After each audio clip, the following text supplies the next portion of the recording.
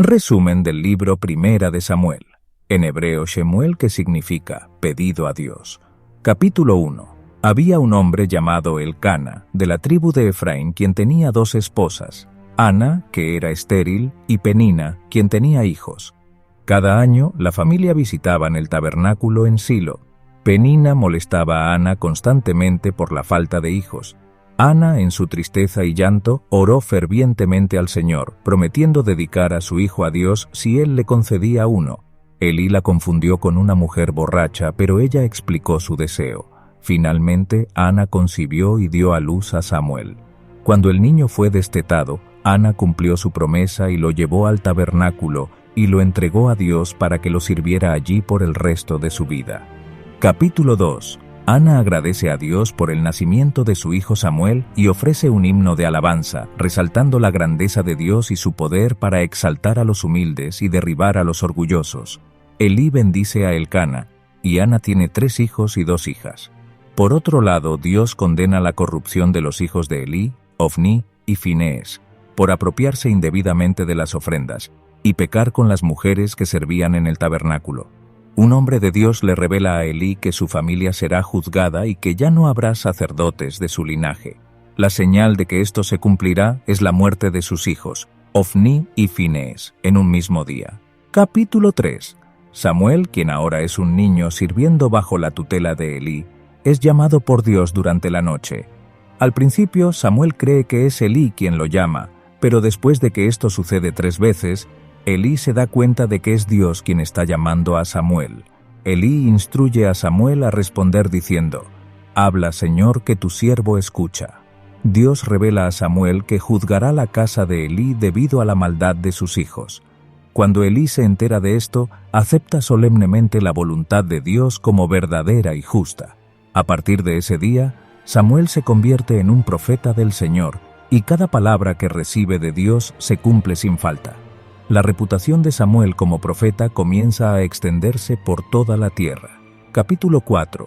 En la batalla contra los filisteos en Afec, Israel sufre una derrota y pierde aproximadamente 4,000 hombres. Buscando la ayuda de Dios, llevan el arca del pacto al campo de batalla. Sin embargo, en una segunda batalla, Israel es nuevamente derrotado y 30,000 hombres mueren. Los filisteos capturan el arca y matan a los hijos del sacerdote Elí. Al enterarse de la derrota y la captura del arca, Elí cae hacia atrás desde su silla y se rompe la nuca, muriendo instantáneamente. La esposa de Finees, al enterarse de la muerte de su esposo, su suegro y la captura del arca, entra en trabajo de parto prematuro y antes de morir da a luz a un hijo llamado Icabod, que significa sin gloria debido a la captura del arca y la pérdida de la gloria de Dios. Elí muere a los 98 años después de haber juzgado a Israel durante 40 años. Capítulo 5. El arca del pacto es capturada por los filisteos y llevada de Ebenezer a Asdod, donde la colocan en el templo de su dios Dagón. Pero descubren que la estatua de Dagón se postra ante el arca. A pesar de volver a colocarla en su lugar, al día siguiente encuentran que la estatua ha caído con la cabeza y las manos rotas. Esto se interpreta como una humillación para Dagón ante el Dios de Israel. Los filisteos sufren tumores malignos enviados por el Señor. Trasladan el arca a la ciudad de Gat, pero allí también se desata la plaga. El sufrimiento se vuelve insoportable y los habitantes de Gat padecen las consecuencias. Deciden entonces enviar el arca a la ciudad de Ecrón, pero sus habitantes se oponen por temor. Los líderes filisteos se reúnen y buscan una solución a través de sacerdotes y adivinos, debido a la persistente plaga y sufrimiento en todas las ciudades donde el arca ha sido llevada. Capítulo 6. Después de 7 meses en la tierra de los filisteos, estos deciden consultar a sacerdotes y adivinos sobre qué hacer con el arca de Jehová, quienes les aconsejan devolver el arca y ofrecer una ofrenda de expiación. El arca es enviada en un carro nuevo, tirado por 2 vacas lecheras. Si el carro se dirige hacia Bet-Semes, sería un signo de que la aflicción fue causada por Dios. El carro efectivamente se dirige a Bet-Semes y se detuvo en el campo de Josué, pero al abrir el arca, los hombres del pueblo sufren una gran mortandad, resultando en la muerte de 50,060 hombres. Los habitantes de Bet-Semes informan a los de Kiriat Jearim sobre el regreso del arca. Capítulo 7. Después de trasladar el arca de Jehová a Kiriat Jearim, Eleazar, hijo de Abinadab, es consagrado como guardián del arca durante 20 años. Samuel convoca al pueblo de Israel en Mizpa para buscar a Dios y se arrepienten de sus pecados, deshaciéndose de los dioses extranjeros. Los filisteos atacan a Israel, pero Samuel intercede y ofrece sacrificios. Dios provoca confusión entre los filisteos y los israelitas los persiguen y obtienen una gran victoria en Bet-Car. Después de la victoria, Samuel coloca una piedra llamada Ebenezer como un recordatorio de la ayuda divina.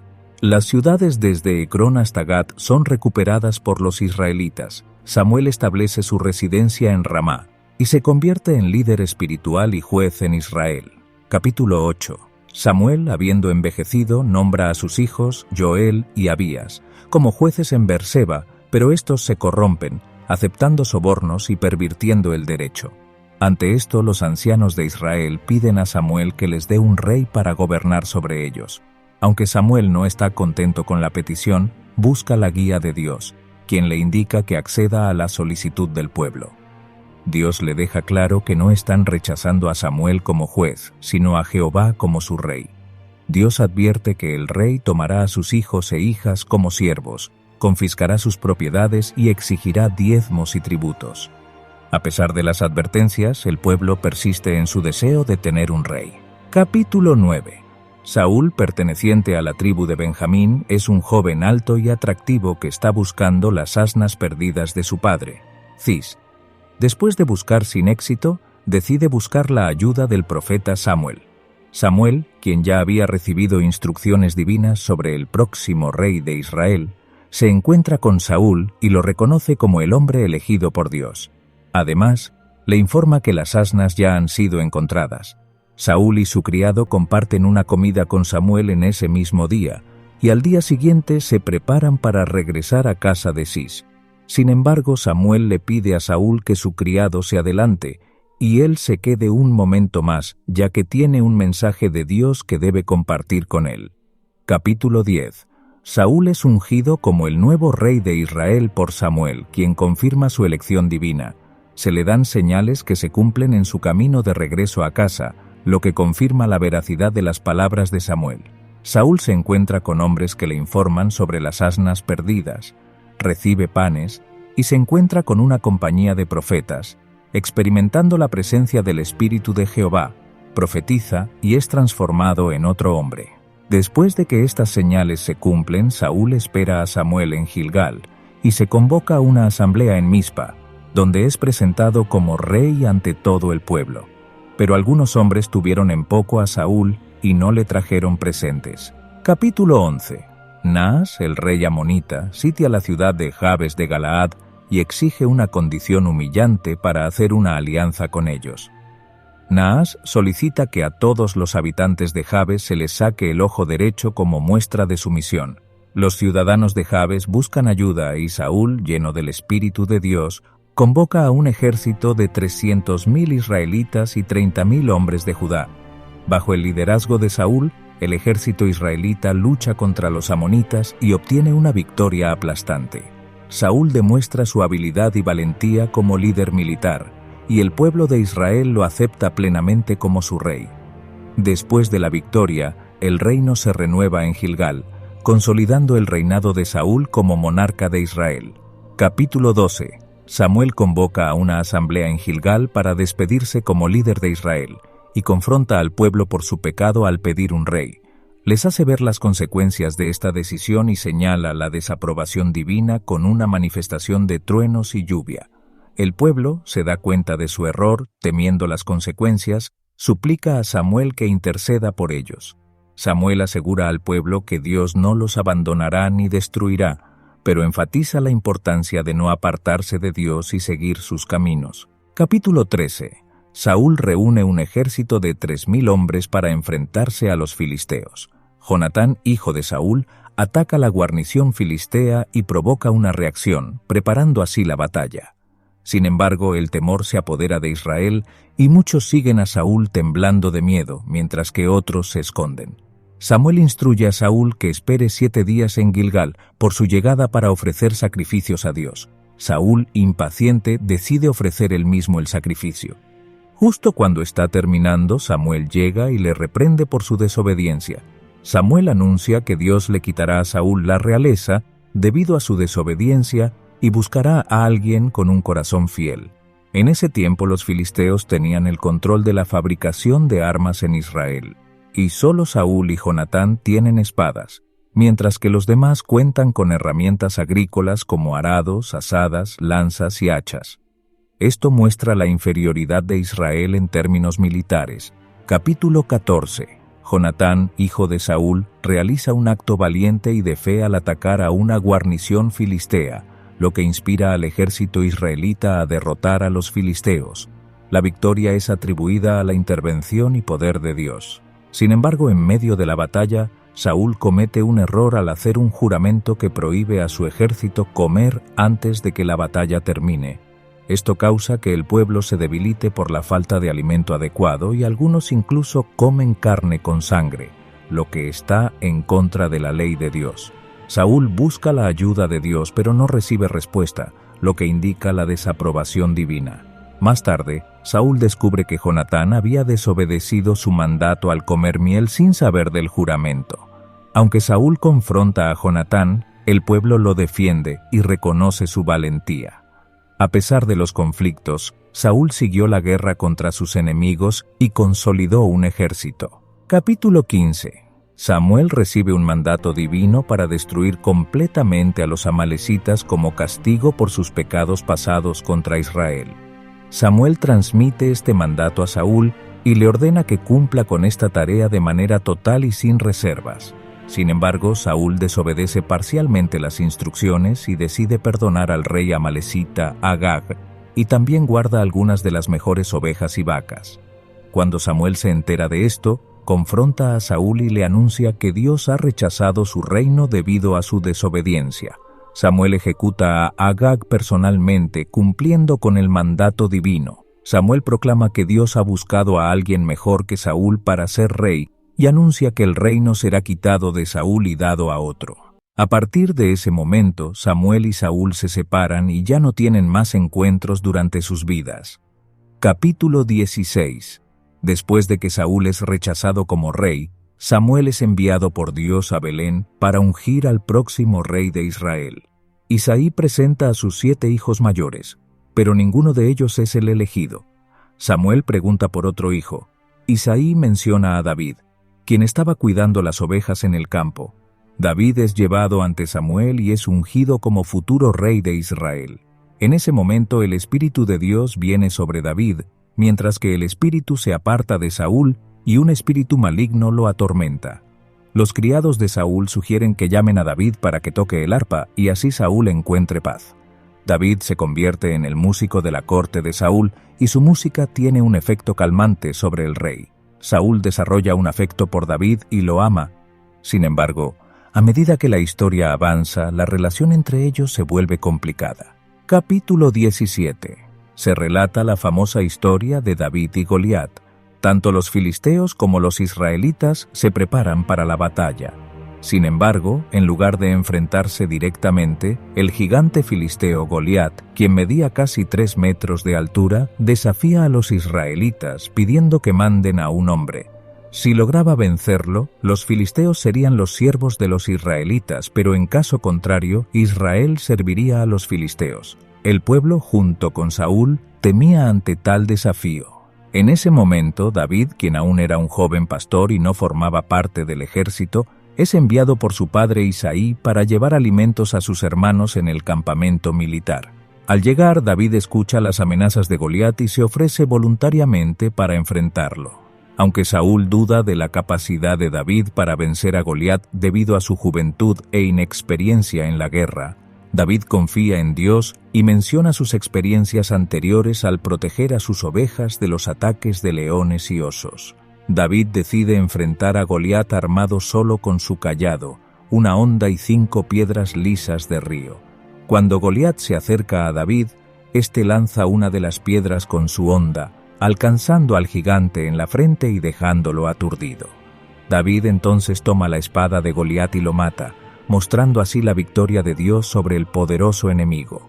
La valentía y la fe de David en Dios en esta batalla contra Goliat lo elevan a un estatus destacado en Israel y se convierte en un símbolo de inspiración para el pueblo. Esta historia demuestra la importancia de confiar en Dios y cómo incluso las apariencias más desfavorables pueden ser superadas con fe y determinación. Capítulo 18. David conoce a Jonatán, hijo de Saúl, y surge una estrecha amistad entre ellos. David, comandante del ejército del rey Saúl, continúa obteniendo victorias militares y ganando la admiración del pueblo. Saúl escucha el canto de las mujeres que proclama: Saúl ha matado a sus miles y David a sus 10,000, lo que despierta los celos y la envidia en Saúl. En consecuencia, Saúl intenta matar a David en varias ocasiones, pero David logra evadir sus intentos de asesinato. Saúl promete dar a su hija Merab en matrimonio a David, pero termina casando a su otra hija, Mical, quien se enamora profundamente de David. Capítulo 19. Saúl, decidido a eliminar a David, intensifica sus intentos de darle caza, lo que lleva a David a buscar refugio en la casa de Samuel en Ramá. Saúl envía mensajeros para capturar a David, pero cada vez que intentan aprehenderlo, el Espíritu de Dios viene sobre ellos, profetizan y son incapaces de hacerle daño. Finalmente, Saúl mismo se dirige a Nayot en Ramá en busca de David. En el camino, el Espíritu de Dios viene sobre Saúl, y también profetiza delante de Samuel durante todo el día y la noche. Capítulo 20. Jonatán, enterado de los planes de su padre para matar a David, advierte a su amigo sobre la situación y traza un plan para comunicarse de manera segura. Mediante señales previamente acordadas, Jonatán confirma la amenaza y aconseja a David que se esconda para preservar su vida. A pesar de los esfuerzos de Jonatán por interceder por David ante Saúl, este último maldice a Jonatán y le reprocha su amistad con David. David, consciente del peligro inminente, se ve obligado a huir en busca de refugio. En este momento de despedida, Jonatán despide a David con palabras de aliento y promesas de una amistad eterna, demostrando así su lealtad y afecto hacia su amigo. Capítulo 21. David, huyendo de Saúl, busca refugio en Nob con el sacerdote Ahimelech. Con el propósito de obtener provisiones, David engaña al sacerdote y consigue pan sagrado para alimentarse. Además, solicita una espada y recibe la espada de Goliat. Sin embargo, durante esta interacción, un siervo de Saúl llamado Doeg observa lo ocurrido. Después de dejar Nob, David llega a Gat y teme por su seguridad al estar en territorio enemigo. Para protegerse, decide fingir estar loco. Capítulo 22. David, junto con un grupo de 400 hombres bajo su liderazgo, se refugia en la cueva de Adulam. Desde allí, se traslada a Mizpa y busca asilo para sus padres. Permanece en Mizpa por un tiempo hasta que el profeta Gad le indica que vaya a la tierra de Judá. David se dirige al bosque de Aret. Mientras tanto, Saúl, enfadado con sus siervos por no obedecer sus órdenes de matar a David, acusa a Ahimelech y a los otros sacerdotes de conspirar con él. Saúl ordena a sus hombres que ejecuten a los sacerdotes, pero ninguno de ellos está dispuesto a hacerlo. Sin embargo, Doeg, un edomita, sin temor a Dios, decide cumplir la orden y mata a 85 sacerdotes con sus familias. Solo uno de los hijos de Ahimelech, llamado Ahitob, logra escapar y encuentra refugio con David. Capítulo 23. David se entera de que los filisteos están atacando la ciudad de Keila y busca la orientación de Dios sobre si debe ir a luchar contra ellos. Dios le asegura a David que los filisteos serán derrotados. Sin embargo, cuando Saúl se entera de la presencia de David en Keila, decide atacar la ciudad para capturarlo. Al conocer los planes de Saúl, David huye al desierto de Sif, mientras que los habitantes de Sif informan a Saúl sobre su paradero. Sin embargo, antes de que Saúl pueda alcanzar a David, Dios interviene permitiendo que los filisteos ataquen la tierra. Saúl se ve obligado a abandonar la persecución de David y dirigirse a la batalla contra los filisteos. Este lugar donde ocurrió este suceso es conocido como Sela Hamalekot, que significa peña de las divisiones. Aprovechando la situación, David huye a los lugares fortificados de Engadi para buscar refugio. Capítulo 24. Cuando Saúl persiguió a David en Engadi con 3000 hombres, entró en una cueva para aliviar sus necesidades fisiológicas, donde David y sus hombres estaban escondidos. Los hombres de David le instaron a matar a Saúl, ya que creían que Dios lo había entregado en sus manos. Sin embargo, David decidió perdonarle la vida, y solo cortó un pedazo del manto de Saúl como prueba de su misericordia. Después de que Saúl salió de la cueva, David lo siguió y le mostró el pedazo de manto, reconociéndolo como su rey. Saúl reconoció la bondad de David y comprendió que Dios lo había elegido para ser el próximo rey. Le pidió a David que jurara que no destruiría a su descendencia cuando llegara al trono, y David hizo ese juramento. Capítulo 25.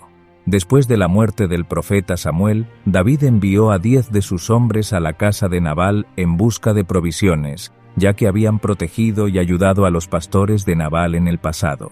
Sin embargo, Nabal rechazó ayudar a David y sus hombres, argumentando que no los conocía y no daría nada a desconocidos. En respuesta a este desprecio, David se preparó para atacar a Nabal con su ejército. Antes de que pudiera llevar a cabo su plan, Abigail, la inteligente esposa de Nabal, salió al encuentro de David con generosos obsequios de alimentos y vino. Abigail suplicó a David que perdonara la insensatez de su esposo y evitara derramar sangre innecesariamente. David reconoció la intervención divina a través de Abigail y agradeció a Dios por haberle enviado a alguien sabio que lo disuadió de tomar venganza por su propia mano.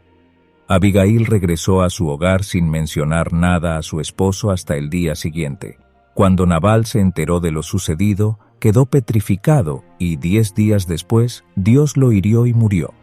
Después de la muerte de Nabal, David tomó a Abigail como su esposa, reconociendo su sabiduría y su intervención providencial en ese momento crucial. Capítulo 26. Los cifeos informaron a Saúl que David se encontraba escondido en el collado de Aquila. Saúl decidió ir tras él con 1000 hombres escogidos de Israel. David, al saber que Saúl estaba cerca, se acercó sigilosamente al lugar donde el rey dormía y tomó su lanza y su vasija de agua. Abisai, uno de los hombres de David, le aconsejó que matara a Saúl, pero David se negó a hacerle daño al ungido de Dios. En cambio, tomó las pertenencias de Saúl como evidencia de que podría haberlo matado si así lo hubiera deseado. Después de escapar al otro lado, David se detuvo en la cumbre del monte a lo lejos y llamó a Abner, primo y general del ejército de Saúl, para hacerle ver que no había cumplido bien su deber al permitir que David tomara la lanza y la vasija del rey. Saúl reconoció la voz de David y admitió que estaba haciendo mal persiguiéndolo. Cada uno siguió su propio camino, poniendo fin a su enfrentamiento en ese momento. Capítulo 27. David decide escapar a la tierra de los filisteos para evitar que Saúl continúe persiguiéndolo en todo el territorio.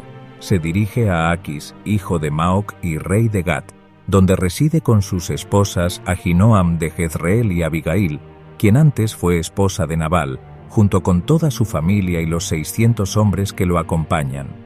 Cuando Saúl se entera de esto, deja de buscar a David. Aquis le otorga a David la ciudad de Siclac para que viva allí con su gente. Durante 1 año y 4 meses, David reside en Siclac junto a los filisteos. Durante este tiempo, David se dedica a atacar y exterminar a los gesuritas, los jezritas y los amalecitas. Sin embargo, David engaña a Aquis al ocultarle a quienes realmente está atacando. Capítulo 28. Los filisteos se unen para pelear contra Israel. Aquis nombra a David como guardaespaldas. Saúl reúne a su ejército para enfrentarse a los filisteos, pero al ver su gran número y sentirse abandonado por Dios, teme la inminente batalla. Buscando una respuesta, Saúl decide ir de incógnito a una mujer en Endor que tiene fama de tener un espíritu de adivinación.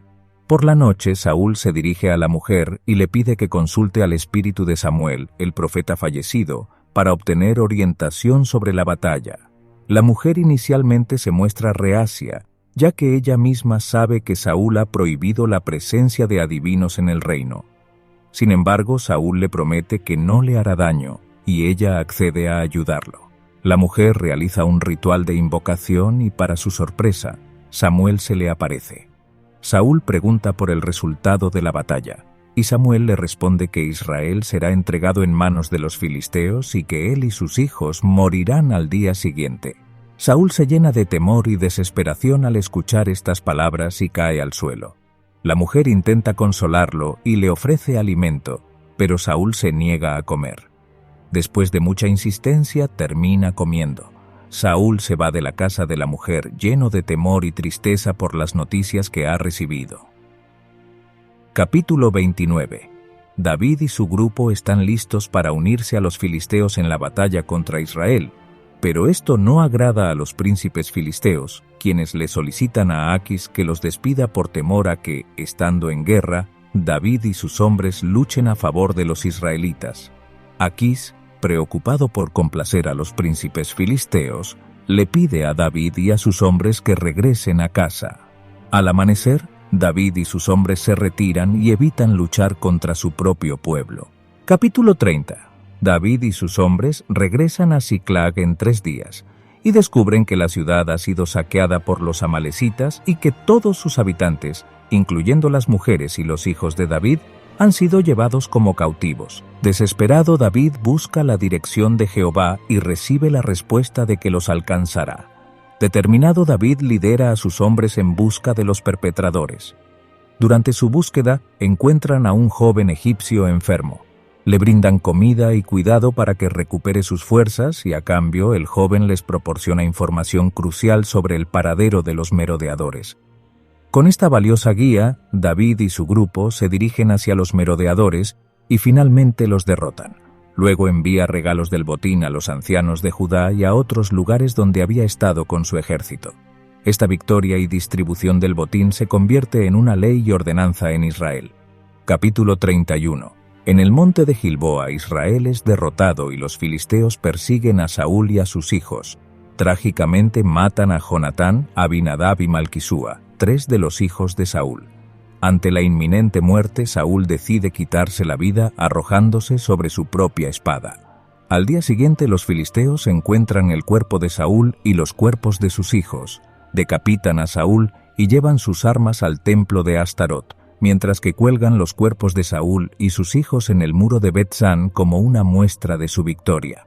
Sin embargo, cuando los habitantes de Jabes de Galaad se enteran de la trágica situación, deciden rescatar los cuerpos de Saúl y sus hijos. Los cuerpos son quemados y sus huesos son sepultados bajo un árbol en Jabes como un acto de honor y respeto hacia ellos.